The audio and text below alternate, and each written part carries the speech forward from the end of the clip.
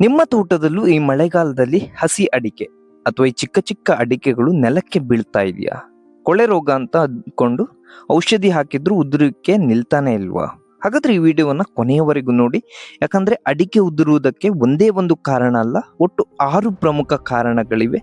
ಕೆಲವೊಮ್ಮೆ ಇದು ಕೊಳೆ ರೋಗ ಆಗಿರ್ಬೋದು, ಇನ್ನು ಕೆಲವೊಮ್ಮೆ ಒಂದು ಸಣ್ಣ ಕೀಟ ನಿಮ್ಮ ಸಂಪೂರ್ಣ ಇಳುವರಿಯನ್ನೇ ಕಡಿಮೆ ಮಾಡಬಹುದು. ಇನ್ನು ಕೆಲವೊಮ್ಮೆ ಇದು ಬೇರಿನ ಸಮಸ್ಯೆ ಕೂಡ ಇರಬಹುದು. ಮತ್ತೆ ಕೆಲವೊಮ್ಮೆ ನೀವೇ ಗೊತ್ತಿಲ್ಲದೆ ಮಾಡುತ್ತಿರುವ ಒಂದು ಪೋಷಕಾಂಶದ ತಪ್ಪು ಕಾರಣವಾಗಿರ್ಬೋದು. ಇಂದು ಒಂದೊಂದೇ ಕಾರಣವನ್ನ ಹೇಗೆ ಗುರುತಿಸಬೇಕು, ಯಾವ ಲಕ್ಷಣ ಬಂದ್ರೆ ಯಾವ ಸಮಸ್ಯೆ ಅಂತ ತಿಳಿಯಬೇಕು, ಅದಕ್ಕೆ ಸರಿಯಾದ ಪರಿಹಾರ ಏನು, ಎಲ್ಲವನ್ನ ಸರಳವಾಗಿ ತಿಳಿದುಕೊಳ್ಳೋಣ. ಈ 6 ಕಾರಣಗಳು ಕೂಡ ಅಡಿಕೆ ಉದುರ್ಲಿಕ್ಕೆ ಮುಖ್ಯ ಒಂದು ಕಾರಣಗಳಾಗಿರ್ತವೆ. ಹಾಗಾಗಿ ಈ ವಿಡಿಯೋನಂತೂ ಕೊನೆಯವರೆಗೂ ನೋಡಿ. ಇದರಿಂದ ನಿಮಗೆ ಯಾಕೆ ನಿಮ್ಮ ಅಡಿಕೆ ತೋಟದಲ್ಲಿ ಚಿಕ್ಕ ಚಿಕ್ಕ ಅಡಿಕೆಗಳು ಉದುರುತ್ತಿದೆ ಅನ್ನುವಂಥದ್ರ ಒಂದು ಅಂದಾಜಾಗ್ತದೆ.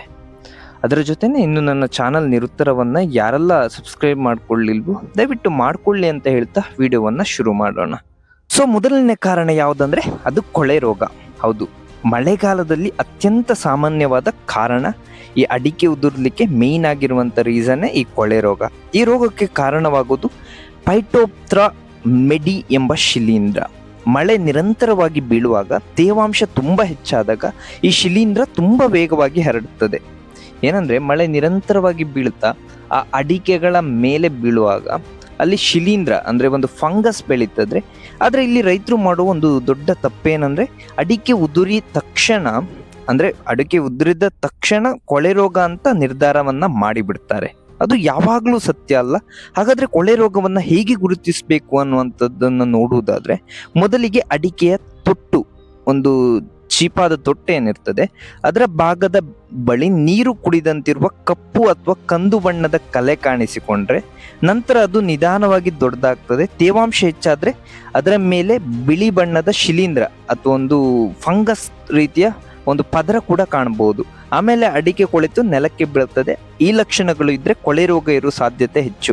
ಇನ್ನೊಂದು ವಿಷಯ ಏನಂದ್ರೆ, ಈ ನೆಲಕ್ಕೆ ಬಿದ್ದಿರುವ ಅಡಿಕೆ ಏನಿದೆ ಅದು ಕೊಳೆತ ವಾಸನೆಯನ್ನ ಕೂಡ ಒಂದು ತೋರ್ತದೆ. ಹಾಗಾಗಿ ನಿಮ್ಗೆ ಒಂದು ಈಸಿಯಾಗಿ ನೀವು ಪತ್ತೆ ಹಚ್ಚಬಹುದು ಇದು ಕೊಳೆ ರೋಗನೇ ಅಂತ. ಎರಡನೇದಾಗಿ ಏನಂದ್ರೆ, ಇದಕ್ಕೆ 1% ಬೋಡಿಯಾಕ್ಸ್ ಮಿಕ್ಸ್ಚರ್ ಅಥವಾ 1% ಆಗುವಂತ ಬೋಡೋ ಮಿಶ್ರಣ, ಅಂದ್ರೆ 1 kg ಸುಣ್ಣ, 1 kg ಮೈಲ್ ತುತ್ತನ್ನು ಮಳೆಗಾಲದ ಆರಂಭದಲ್ಲಿ ಸಿಂಪಡಿಸುವುದು ಅತ್ಯಂತ ಪರಿಣಾಮಕಾರಿ ಮುನ್ನೆಚ್ಚರಿಕೆ. ನೀವು ಈಗಾಗಲೇ ಆಲ್ರೆಡಿ 1 ಅಥವಾ 2 ಬೋಡೋ ಮಿಶ್ರಣವನ್ನು ನೀವು ಸಿಂಪಡಿಸಿ ಆಗಿರ್ಬೋದು. ಈ ಮೇನ್ ಆಗಿ ಈ ಬೋಡೋ ಮಿಶ್ರಣ ಸಿಂಪಡಿಸುವಾಗ ಮಳೆ ಬಂದ್ರೆ, ತೀವ್ರ ಮಳೆ ಇದ್ರೆ, ಅಂದ್ರೆ ನೀವು ಸಿಂಪಡಿಸಿದ ಮರುಕ್ಷಣವೇ ಮಳೆ ಬಂದಿದ್ರೆ ಆ ಬೋಡೋ ಮಿಶ್ರಣ ಒಂದು ತೊಳೆದು ಹೋಗುವ ಕಾರಣದಿಂದ ಈ ಕೊಳೆ ರೋಗ ಬರ್ತದೆ. ಮೇನ್ ಆಗಿ ಈ ಬೋಡೋ ಮಿಶ್ರಣ ಎನ್ನುವಂಥದ್ದು ಕಾಂಟ್ಯಾಕ್ಟ್ ಫಂಗಿಸೈಡ್, ಅಂದ್ರೆ ಆ ಅಡಿಕೆಯ ಮೇಲೆ ನಿಂತ್ಕೊಂಡ್ರೆ ಮಾತ್ರ ಅದು ವರ್ಕ್ ಅನ್ನ ಮಾಡುವಂಥದ್ದು. ಇಲ್ದಿದ್ರೆ ಈ ಮಳೆಗೆಲ್ಲ ತೊಳೆದು ಹೋದ್ರೆ ಏನಾಗ್ತದೆ ಅಂದ್ರೆ ಈ ಬೋಡೋ ಮಿಶ್ರಣ ಕೂಡ ತೊಳೆದು ಹೋಗ್ತದೆ. ಆಗ ಈ ಕೊಳೆ ರೋಗದ ಸಮಸ್ಯೆ ಜಾಸ್ತಿಯಾಗಿ ಕಾಣಿಸಿಕೊಳ್ಳಿ. ಇನ್ನು ಈ ಕೊಳೆ ರೋಗದ ತೀವ್ರತೆ ಹೆಚ್ಚು ಇದ್ರೆ ಕೃಷಿ ತಜ್ಞರ ಸಲಹೆಯಂತೆ ಒಂದು ಮೆಟಾಲಾಕ್ಸಿಲ್ ಪ್ಲಸ್ ಮ್ಯಾನ್ಕೋಸೆಬ್, ಹೆಚ್ಚಾಗಿ ನೋಡುವುದಾದ್ರೆ ರಿಡಮಿಲ್ ಗೋಲ್ಡ್ ಮುಂತಾದ ಶಿಲೀಂಧ್ರ ನಾಶಕಗಳನ್ನ ನೀವು ಬಳಸಬಹುದು. ಆದ್ರೆ ಎಲ್ಲಾ ಉದುರುವಿಕೆ ಏನಿದೆ ಅದೆಲ್ಲವೂ ಕೊಳೆ ರೋಗ ಅಂತ ಹೇಳಲಿಕ್ಕೆ ಸಾಧ್ಯ ಇಲ್ಲ. ಈಗ ಎರಡನೇ ಕಾರಣವನ್ನು ನೋಡೋದಾದ್ರೆ ಅದೇನಂದ್ರೆ ಪೆಂಟಾಟೊಮಿಡ್ ಬಗ್. ಈ ಕೀಟವನ್ನ ಸಾಕಷ್ಟು ರೈತರು ಗಮನವೇ ಕೊಡುವುದಿಲ್ಲ, ಆದ್ರೆ ಕೆಲವೊಮ್ಮೆ ಇದೇ ದೊಡ್ಡ ನಷ್ಟಕ್ಕೆ ಕಾರಣವಾಗ್ತದೆ. ಈ ಪೆಂಟಾಟೊಮಿಡ್ ಬಗ್ ಅಥವಾ ಈ ಪೆಂಟಾಟೊಮಿಡ್ ಕೀಟ ಏನಿದೆ, ಈ ಕೀಟ ಹಸಿ ಅಡಿಕೆ ತನ್ನ ಸೂಜಿಯಂತಹ ಬಾಯಿಯಿಂದ ಚುಚ್ಚಿ ಒಳಗಿನ ರಸವನ್ನ ಹೀರ್ತದೆ. ಈ ಚಿಕ್ಕ ಚಿಕ್ಕ ಅಡಿಕೆ ಇರುವಾಗ ಈ ರಸ, ಅಂದ್ರೆ ಈ ಕೀಟ ಅಡಿಕೆಯ ರಸವನ್ನ ಹೀರ್ತದೆ. ಹೊರಗಿನಿಂದ ನೋಡಿದ್ರೆ ಅಡಿಕೆಯಲ್ಲಿ ಚಿಕ್ಕ ಚಿಕ್ಕ ಕಪ್ಪು ಚುಕ್ಕೆಗಳು ಅಥವಾ ಸೂಜಿ ಚುಚ್ಚಿದಂತೆ ಗುರುತು ಕಾಣಬಹುದು. ಕೆಲವೇ ದಿನಗಳಲ್ಲಿ ಆ ಅಡಿಕೆ ಬೆಳೆಯುವುದನ್ನು ನಿಲ್ಲಿಸಿ ನೆಲಕ್ಕೆ ಬೀಳುತ್ತದೆ. ಇಲ್ಲಿ ಒಂದು ವಿಷಯವನ್ನ ನೆನ್ಪಿಡಿ, ಕೊಳೆ ರೋಗದಲ್ಲಿ ಕೊಳೆ ಕಾಣ್ತದೆ, ಇನ್ನು ಪೆಂಟಾಟೊಮಿಡ್ ಬಗ್ ದಾಳಿ ಅಥವಾ ಈ ಪೆಂಟಾಟೊಮಿಡ್ ಕೀಟದ ದಾಳಿಯಲ್ಲಿ ಚುಚ್ಚಿದ ಗುರುತು ಕಾಣ್ತದೆ ಈ ಅಡಿಕೆಯಲ್ಲಿ, ಬಿದ್ದ ಅಡಿಕೆಯಲ್ಲಿ. ಇದೇ ಎರಡರ ನಡುವಿನ ಪ್ರಮುಖ ವ್ಯತ್ಯಾಸ.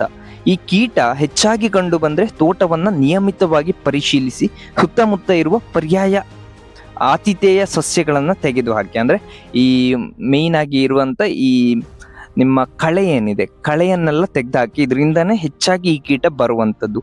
ಅಗತ್ಯವಿದ್ದರೆ ಕೃಷಿ ಇಲಾಖೆಯ ಶಿಫಾರಸಿನ ಪ್ರಕಾರ ಸೂಕ್ತ ಕೀಟನಾಶಕವನ್ನ ಬಳಸುವಂಥದ್ದು ಕೂಡ ಉತ್ತಮ.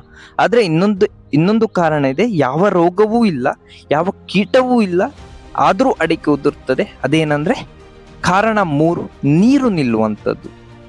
ಹೌದು ಸ್ನೇಹಿತರೆ, ಪುವರ್ ಡ್ರೈನೇಜ್. ಮಳೆಗಾಲದಲ್ಲಿ ಈ ಕಾರಣವನ್ನ ಅನೇಕ ರೈತರು ಸಂಪೂರ್ಣವಾಗಿ ಮರೆತು ಬಿಡ್ತಾರೆ. ಸತತ ಮಳೆ ಬಂದಾಗ ತೋಟದಲ್ಲಿ ನೀರು ನಿಂತ್ರೆ ಅಡಿಕೆಯ ಬೇರುಗಳಿಗೆ ಬೇಕಾದ ಆಮ್ಲಜನಕ ಎನ್ನುವಂಥದ್ದು ಸಿಗುವುದಿಲ್ಲ. ಬೇರುಗಳು ಒತ್ತಡಕ್ಕೆ ಒಳಗಾಗ್ತವೆ. ಆ ಸಮಯದಲ್ಲಿ ಗಿಡ ತನ್ನನ್ನು ಉಳಿಸಿಕೊಳ್ಳಲು ಒಂದು ರಕ್ಷಣಾತ್ಮಕ ಕ್ರಮವಾಗಿ ಕೆಲವು ಹಸಿ ಅಡಿಕೆಗಳನ್ನು ಕೂಡ ಉದುರಿಸಬಹುದು. ಅದಕ್ಕಾಗಿಯೇ ಕೆಲವೊಮ್ಮೆ ನೆಲಕ್ಕೆ ಬಿದ್ದಿರುವ ಅಡಿಕೆಯನ್ನ ನೋಡಿದ್ರೆ ಯಾವುದೇ ಕಪ್ಪು ಕಲೆ ಇರೋದಿಲ್ಲ, ಯಾವುದೇ ಕೊಳೆ ಕೂಡ ಇರೋದಿಲ್ಲ, ಆದ್ರೂ ಕೂಡ ಉದುರ್ತಾ ಇರ್ತದೆ. ಇಂತಹ ಸಂದರ್ಭದಲ್ಲಿ ಔಷಧಿ ಸಿಂಪಡಿಸಿದ್ರೂ ಕೂಡ ಸಮಸ್ಯೆ ಪರಿಹಾರವಾಗುವುದಿಲ್ಲ. ಮೊದಲು ಮಾಡಬೇಕಾದದ್ದು, ನಮ್ಮ ತೋಟದಲ್ಲಿ ನೀರು ಎಲ್ಲಿಯೂ ನಿಲ್ಲದಂತೆ ಸರಿಯಾದ ಒಂದು ಕಾಲುವೆ ಅಥವಾ ಒಂದು ಡ್ರೈನೇಜ್ ವ್ಯವಸ್ಥೆಯನ್ನ ಮಾಡುವಂಥದ್ದು.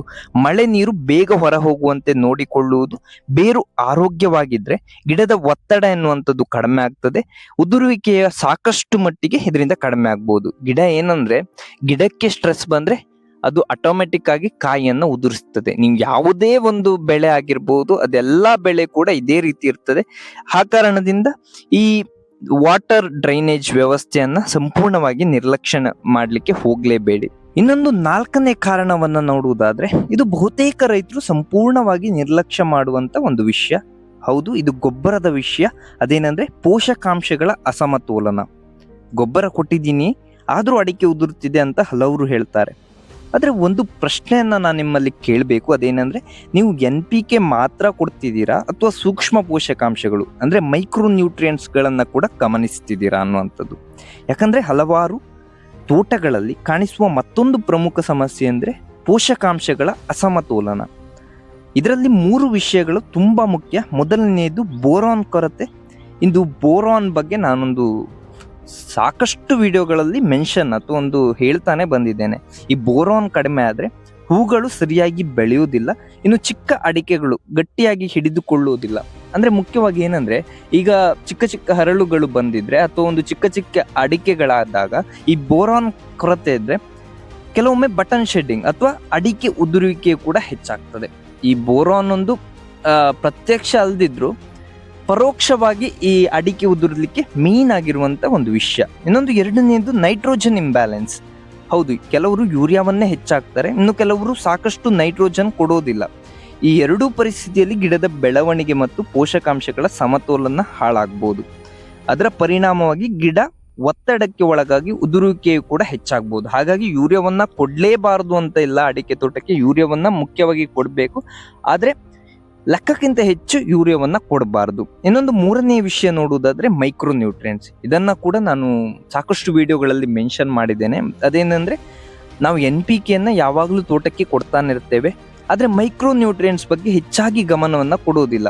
ಈ ಬೋರಾನ್ ಮಾತ್ರ ಮೈಕ್ರೋ ನ್ಯೂಟ್ರಿಯೆಂಟ್ಸ್ ಅಲ್ಲ, ಅದರ ಜೊತೆ ಜಿಂಕ್ ಇರ್ಬೋದು, ಮ್ಯಾಗ್ನೀಷಿಯಂ ಇರ್ಬೋದು, ಮತ್ತು ಇತರ ಸೂಕ್ಷ್ಮ ಪೋಷಕಾಂಶಗಳು ಅಂದ್ರೆ ಮೈಕ್ರೋ ನ್ಯೂಟ್ರಿಯೆಂಟ್ಗಳು ಕೂಡ ಗಿಡದ ಆರೋಗ್ಯದಲ್ಲಿ ಪ್ರಮುಖ ಪಾತ್ರವನ್ನ ವಹಿಸುತ್ತದೆ. ಆದ್ದರಿಂದ NPK ಕೊಟ್ರೆ ಸಾಕು ಅನ್ನೋ ಕಾಲ ಈಗ ಹೋಗಿದೆ. ಸಮತೋಲನ ಪೋಷಣೆ ಕೊಟ್ಟಾಗ ಮಾತ್ರ ಗಿಡ ಎನ್ನುವಂಥದ್ದು ಆರೋಗ್ಯಕರವಾಗಿರ್ತದೆ. ಗೊಬ್ಬರ ಹಾಕುವಾಗ ಯಾವಾಗಲೂ ಕೃಷಿ ತಜ್ಞರ ಶಿಫಾರಸು ಅಥವಾ ಮಣ್ಣಿನ ಪರೀಕ್ಷೆಯ ಆಧಾರದ ಮೇಲೆ ಪೋಷಕಾಂಶಗಳನ್ನ ನೀಡುವಂಥದ್ದು ಉತ್ತಮ. ಮುಖ್ಯವಾಗಿ ಏನಂದ್ರೆ, ಮೈಕ್ರೋ ನ್ಯೂಟ್ರಿಯೆಂಟ್ಸ್ ಅನ್ನ ಕೊಡುವಾಗ ಕೂಡ ನೀವು ನಿಮ್ಮ ಮಣ್ಣಿಗೆ ಎಷ್ಟು ಪ್ರಮಾಣದಲ್ಲಿ ಬೇಕೋ ಅಷ್ಟೇ ಕೊಡಬೇಕಾಗ್ತದೆ. ಕೆಲವೊಮ್ಮೆ ಮಣ್ಣಿಗೆ ಜಾಸ್ತಿ ಬೇಕಾಗ್ತದೆ, ಕೆಲವೊಮ್ಮೆ ಮಣ್ಣಿಗೆ ಕಡಿಮೆ ಬೇಕಾಗ್ತದೆ. ಹಾಗಾಗಿ ಮಣ್ಣಿನ ಪರೀಕ್ಷೆಯನ್ನ ಮಾಡಿ ಮೈಕ್ರೋ ನ್ಯೂಟ್ರಿಯೆಂಟ್ಸ್ ಅಥವಾ ಯಾವುದೇ ಗೊಬ್ಬರವನ್ನ ಕೊಡುವಂಥದ್ದು ಕೂಡ ಬಹಳ ಉತ್ತಮವಾದ ಒಂದು ಕಾರ್ಯ. 5ನೇ ಕಾರಣವನ್ನ ನೋಡುವುದಾದ್ರೆ, ಅದೇನಂದ್ರೆ ನಿರಂತರ ಮಳೆ ಮತ್ತು ಹೆಚ್ಚು ತೇವಾಂಶ. ಹೌದು, ನಿರಂತರವಾಗಿ ಮಳೆ ಬಂದ್ರೆ ಏನಾಗ್ತದೆ, ಸೂರ್ಯನ ಬೆಳಕು ಕಡಿಮೆ ಆದ್ರೆ ತೋಟದಲ್ಲಿ ಯಾವಾಗ್ಲೂ ತೇವಾಂಶ ಎನ್ನುವಂಥದ್ದಿದ್ರೆ ಅದು ಫಂಗಸ್ಗಳಿಗೆ ಒಂದು ಸ್ವರ್ಗದಂತ ಪರಿಸ್ಥಿತಿ. ಫಂಗಸ್ಗಳು ಜಾಸ್ತಿಯಾಗಿ ಬೆಳೆದುಕೊಳ್ಳುವಂಥದ್ದೇ ಈ ಮಳೆಗಾಲದ ಸಂದರ್ಭದಲ್ಲಿ. ಅಂತಹ ಸಮಯದಲ್ಲಿ ಕೊಳೆ ರೋಗ ವೇಗವಾಗಿ ಹರಡುತ್ತದೆ. ಕೀಟಗಳ ಚಟುವಟಿಕೆ ಕೂಡ ಹೆಚ್ಚಾಗಬಹುದು. ನಾನು ಹೇಳಿದಾಗೆ ಕೊಳೆ ರೋಗ ಮತ್ತೆ ಆ ಬಗ್ ಏನಿದೆ, ಪೆಂಟೋಡೈರ್ಮ ಬಗ್ ಏನಿದೆ, ಈ ಕೀಟಗಳ ಚಟುವಟಿಕೆ ಹೆಚ್ಚಾಗುವಂಥದ್ದು ಈ ಮಳೆಗಾಲದ ಸಮಸ್ಯೆಯಿಂದಾನೆ. ಅದರ ಜೊತೆಗೆ ಈ ಗಿಡದ ಸಹಜ ಶಕ್ತಿಯು ಕೂಡ ಕಡಿಮೆ ಆಗ್ತದೆ. ಅದರಿಂದ ಮಳೆಗಾಲದಲ್ಲಿ ಕೇವಲ ಔಷಧಿ ಸಿಂಪಡಿಸಿದ್ರೆ ಸಾಕಾಗುವುದಿಲ್ಲ, ತೋಟದ ಸ್ವಚ್ಛತೆ ಮಾಡಬೇಕು. ಇನ್ನು ಮೇಯ್ನ್ ಆಗಿ ಡ್ರೈನೇಜ್ ವ್ಯವಸ್ಥೆ, ಈ ನೀರು ಸರಿಯಾಗಿ ಹೋಗ್ಲಿಕ್ಕೆ ವ್ಯವಸ್ಥೆಯನ್ನ ಮಾಡಬೇಕು. ಸರಿಯಾದ ಪೋಷಣೆ ಮತ್ತು ಮುನ್ನೆಚ್ಚರಿಕೆ ಕ್ರಮಗಳು ಕೂಡ ಅಷ್ಟೇ ಮುಖ್ಯ. ಹಾಗಾಗಿ ಈ ಮಳೆಗಾಲ ಕೂಡ ಪರೋಕ್ಷವಾಗಿ ಅಡಿಕೆ ಉದುರಲಿಕ್ಕೆ ಅಂದ್ರೆ ಜಾಸ್ತಿ ಮಳೆ ಬರುವಂತದ್ದು ಕಾರಣವಾಗ್ತದೆ. ಈಗ 6ನೇ ಸಮಸ್ಯೆ ಅಥವಾ ಒಂದು ಕಾರಣವನ್ನು ನೋಡುವುದಾದ್ರೆ, ಇದಕ್ಕೆ ಇನ್ಫ್ಲೋರೆಸೆನ್ಸ್ ಡೈಬ್ಯಾಕ್ ಅಂತ ಕರೀತಾರೆ. ಅಂದ್ರೆ ಅಡಿಕೆಯಲ್ಲಿ ಹೂ ಬಂದ ನಂತರ ಆ ಹೂದಂಟು ಒಣಗಲು ಶುರುವಾಗುವಂಥದ್ದು, ಅಥವಾ ಈ ಅಡಿಕೆ ಹರಳುಗಳು ಬೆಳೆಯುವ ಮುಂಚೆಯೇ ಉದುರಲು ಆರಂಭವಾದ್ರೆ ಇದು ಇನ್ಫ್ಲೋರೆಸೆನ್ಸ್ ಡೈಬ್ಯಾಕ್ ಆಗಿರುವ ಸಾಧ್ಯತೆ ಇದೆ. ಅಂದ್ರೆ ಈ ಸಮಸ್ಯೆ ಎನ್ನುವಂಥದ್ದು ಕಾರಣ ಆಗ್ತದೆ. ಇದು ಹೆಚ್ಚಾಗಿ ತೇವಾಂಶ, ರೋಗದ ಒತ್ತಡ ಮತ್ತು ಪೋಷಕಾಂಶಗಳ ಕೊರತೆಯ ಜೊತೆ ಸಂಬಂಧ ಹೊಂದಿರ್ತದೆ. ಮುಖ್ಯವಾಗಿ ಈ ಅಡಿಕೆ ಹರಳು ಉದುರುವಿಕೆ, ಈ ಅಡಿಕೆ ಚಿಕ್ಕ ಚಿಕ್ಕ ಏನು ಅಡಿಕೆ ಆದಾಗ ಉದುರುವಂಥದ್ದಲ್ಲ, ಈ ಚಿಕ್ಕ ಚಿಕ್ಕ ಹರಳೇನಿರ್ತದೆ ಅದು ಉದುರುವಂಥದ್ದು. ಅದಕ್ಕೆ ಮುಖ್ಯ ಕಾರಣ ಒಂದು ತೇವಾಂಶವಾದ್ರೆ, ಇನ್ನೊಂದು ಮುಖ್ಯ ಕಾರಣ ಬೋರಾನ್ ಕೊರತೆ. ನಾನು ಹೇಳಿದಾಗೆ ಈ ಬಟನ್ ಶೆಡ್ಡಿಂಗ್ ಅಥವಾ ಈ ಹರಳು ಉದುರುವಿಕೆ ಕಾರಣ ಮುಖ್ಯವಾಗಿ ಬೋರಾನ್ನ ಸಮಸ್ಯೆನೇ ಆಗಿರ್ತದೆ. ಮತ್ತು ಪೋಷಕಾಂಶಗಳ ಕೊರತೆಯ ಜೊತೆ ಸಂಬಂಧವನ್ನ ಕೂಡ ಹೊಂದಿರ್ತದೆ. ಅಂದ್ರೆ ಮೈಕ್ರೋನ್ಯೂಟ್ರಿಯೆಂಟ್ಸ್ ಅಥವಾ ಬೋರಾನ್, ಮೈಕ್ರೋನ್ಯೂಟ್ರಿಯೆಂಟ್ಸ್ ಒಳಗಡೆನೆ ಬೋರಾನ್ ಬರುವಂಥದ್ದು. ಆ ಸಮಸ್ಯೆ ಇದ್ರ ಈ ಇನ್ಫ್ಲೋರೆಸೆನ್ಸ್ ಡೈಬ್ಯಾಕ್ ಅಂದ್ರೆ ಅಡಿಕೆಯ ಹರಳು ಉದುರುವಂಥದ್ದು ಆಗುವಂಥದ್ದು. ಹಲವಾರು ರೈತರು ಇದನ್ನ ಕೊಳೆ ರೋಗ ಅಂತ ತಪ್ಪಾಗಿ ಅಂದ್ಕೊಳ್ತಾರೆ. ಆದ್ರೆ ಎರಡು ಒಂದೇ ಅಲ್ಲ. ಈ ಹೂದಂಟು, ಈ ಅಡಿಕೆಯ ಹಿಂಗಾರ ಎನ್ನುವಂಥದ್ದು ಒಣಗುವುದು, ಬಟನ್ ಅಥವಾ ಈ ಹರಳುಗಳು ಉದುರುತ್ತಿರುವುದನ್ನ ಆರಂಭದಲ್ಲೇ ಗಮನಿಸಿದ್ರೆ ನೀವು ನಷ್ಟವನ್ನ ಸಾಕಷ್ಟು ಮಟ್ಟಿಗೆ ಕಡಿಮೆ ಕೂಡ ಮಾಡ್ಕೊಳ್ಬಹುದು. ಸರಿಯಾದ ಪೋಷಣೆ, ತೋಟದ ಸ್ವಚ್ಛತೆ ಮತ್ತೆ ಈ ಬೋರಾನ್ ಅನ್ನ ಕೊಡುವಂಥದ್ದು ಮಾಡಿದ್ರೆ ಈ ಸಮಸ್ಯೆ ಹೆಚ್ಚಾಗಿ ನಿರ್ನಾಮ ಆಗ್ತದೆ ಅಂತ ಹೇಳ್ಬೋದು. ಹಾಗಾದ್ರೆ ಸ್ನೇಹಿತರೆ, ಇದಿಷ್ಟು 6 ಮುಖ್ಯ ಕಾರಣಗಳು. ಈ ಕಾರಣಗಳಲ್ಲಿ ಒಂದನ್ನ ನಿರ್ಲಕ್ಷಿಸಿದ್ರು ಕೂಡ ನಿಮ್ಮ ಅಡಿಕೆ ಉದುರುವಂಥದ್ದು ಅದು ಖಂಡಿತವಾಗಿ ಆಗುವಂತ ವಿಷಯ. ಹಾಗಾಗಿ ಯಾವ ಕಾರಣವನ್ನ ಕೂಡ ನಿರ್ಲಕ್ಷಿಸ್ಲಿಕ್ಕೆ ಹೋಗಬೇಡಿ. ಅದರಿಂದ ಅಡಿಕೆ ಉದುರಿತು ಅಂದಾಕ್ಷಣ ಒಂದೇ ಔಷಧಿಯನ್ನ ಹಾಕಬೇಡಿ. ಮೊದಲು ಕಾರಣವನ್ನ ಗುರುತಿಸಿ ಪತ್ತೆ ಮಾಡಿ ನಂತರ ಅದಕ್ಕೆ ತಕ್ಕ ಪರಿಹಾರವನ್ನ ನಾವು ಮಾಡಬೇಕಾಗ್ತದೆ. ಹೀಗೆ ಮಾಡಿದ್ರೆ ಮಾತ್ರ ಅನಗತ್ಯ ಖರ್ಚು ಕಡಿಮೆ ಆಗ್ತದೆ, ಇಳುವರಿಯನ್ನ ಕೂಡ ನಾವು ಉಳಿಸಿಕೊಳ್ಬಹುದು. ಇದಿಷ್ಟು ಈ ವಿಡಿಯೋದ ಮಾಹಿತಿ. ಈ ವಿಡಿಯೋ ಇಷ್ಟ ಆಯ್ತು ಅಂತ ನಾನು ಭಾವಿಸ್ತೇನೆ. ಇಷ್ಟ ಆದ್ರೆ ಅಥವಾ ಒಂದು ಇನ್ಫಾರ್ಮೇಶನ್ ನಿಮ್ಗೆ ಸಿಕ್ಕಿದ್ರೆ ಇದರಿಂದ, ದಯವಿಟ್ಟು ನನ್ನ ಚಾನಲ್ ನಿರುತ್ತರವನ್ನ ಸಬ್ಸ್ಕ್ರೈಬ್ ಮಾಡ್ಕೊಳ್ಳಿ. ಹಾಗೆ ನಿಮ್ಮ ರೈತ ಮಿತ್ರರಿಗೂ ಕೂಡ ಈ ವಿಡಿಯೋವನ್ನ ಶೇರ್ ಮಾಡಿ ಅಂತ ಹೇಳ್ತಾ ನೆಕ್ಸ್ಟ್ ವಿಡಿಯೋದಲ್ಲಿ ಸಿಗೋಣ. ಅಲ್ಲಿಯವರೆಗೂ ಧನ್ಯವಾದಗಳು.